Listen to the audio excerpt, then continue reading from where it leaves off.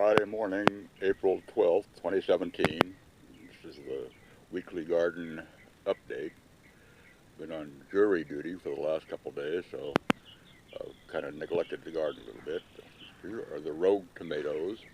They all seem to be doing pretty good. I never intended to do anything with them, just see how they did, but I finally decided to stake them up a little bit, put a little fertilizer, and start watering them, and they seem to be responding quite well. And right here are the grapes.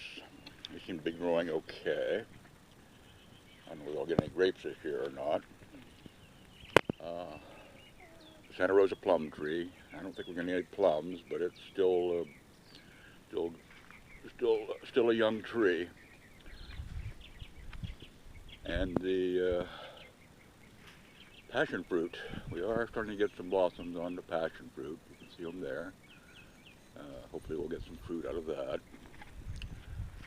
And the apricot, nothing going on there. They have some new branches.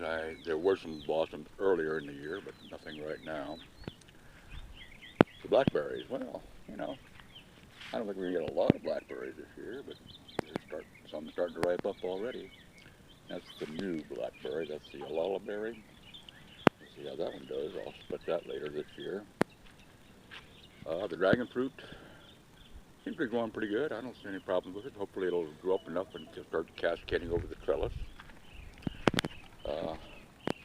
Another rogue tomato. I haven't done anything at all with this one, and it's doing just fine. We'll go up to the upper raised bed that I just built this year. Squash seem to be doing pretty good. There's a lot of squash in there. There's squash in there. I'm cutting these out. And here's some more cherry tomatoes. These are all cherry tomatoes. They got a little out of hand. The persimmons. A lot of little persimmon potential fruits on there. I don't know whether anything's going to grow, but there's quite a few. The tomatoes. First we'll start with the San Marzanos. It does like to can those, so I planted enough so that you can get enough to can at one time. And on the back side are the black tomatoes. They're all about knee-high right now, and they all have flowers or fruit on them. So hopefully by July or so we'll have some tomatoes.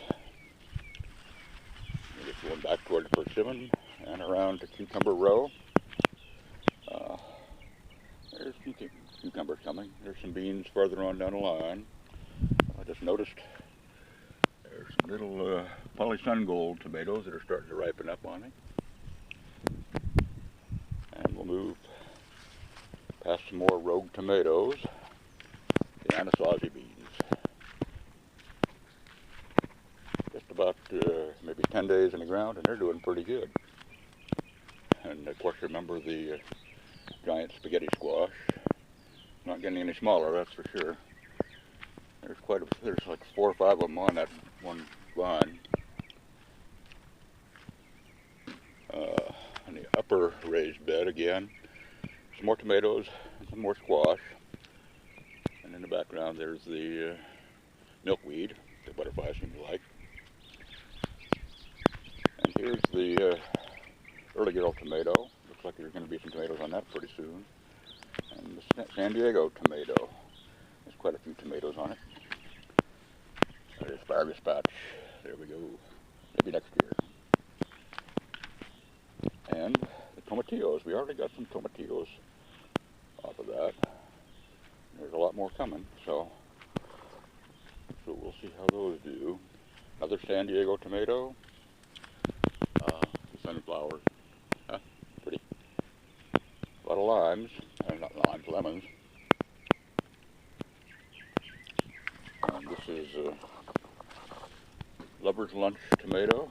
I'm not sure how that's going to be. That's a new one I just picked up. This is an orange beefsteak tomato. I forget the name of it. And we'll move on past the last year's eggplant. It was overwintered. It's done pretty good. There's a lot of blossoms on it. I don't see any fruit yet, but it may be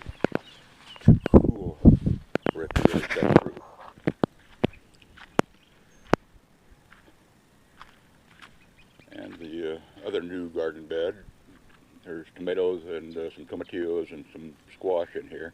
And also got a few peppers. And another row of tomatoes. I think I've overdone it with the tomatoes this year. But more peppers, some cilantro, a little bit of lettuce, and some more eggplants that overwintered actually. The ones that I've seeded already this year are slow to come up. And more milkweed and some Swiss chard. Well, hopefully that'll do it. Thanks a lot.